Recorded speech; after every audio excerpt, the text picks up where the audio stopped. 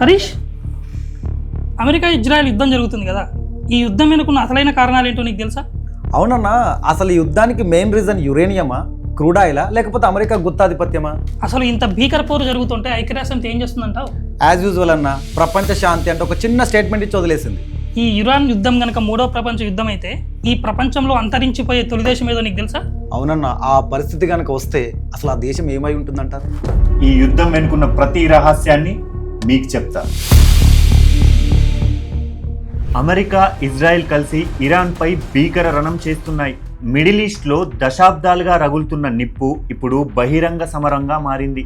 America సాంకేతికతకు Israel వ్యూహాలు తోడవడంతో Iran రాజధాని Tehran నగరం అంధకారంలో మునిగిపోయింది. ఈ యుద్ధం మూడవ ప్రపంచ యుద్ధంగా మారుతుందన్న అంచనాలు కూడా ఉన్నాయి. అయితే అసలు ఈ యుద్ధం ఎందుకు జరుగుతుందో మీకు తెలుసా? ఇరాన్ ఎప్పటికీ అణ్వాయుధాలు పొందకుండా ఉండేందుకు ఈ ఆపరేషన్ చేపట్టామని అమెరికా, ఇజ్రాయెల్ బహిరంగంగా ప్రకటించాయి. ఇరాన్ను పూర్తిగా అంతం చేస్తామని అమెరికా వెల్లడించింది.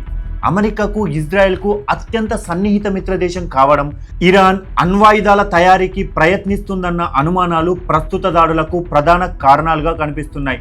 అయితే ఈ యుద్ధానికి అసలు కారణం పైకి చెప్పని రహస్యం: ప్రపంచ చమురు వాణిజ్యం.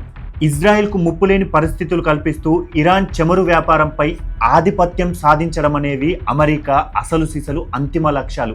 అయితే ఇది అందరికీ తెలిసిన బహిరంగ రహస్యమే. ఎప్పటిలాగే ఐక్యరాజ్య సమితి శాంతి వచనాలు వల్లిస్తుంది, కానీ ఎలాంటి చర్యలు తీసుకోవడం లేదు. ఇక మన చివరి ప్రశ్న: మూడవ ప్రపంచ యుద్ధం వస్తే ఈ ప్రపంచంలో తూర్చిపెట్టుకుపోయే తొలి దేశం ఏదో తెలుసా? ఆ రహస్యాన్ని మీతో చెప్పేందుకు మరో వీడియోతో మీ ముందుకు మళ్ళీ వస్తాను.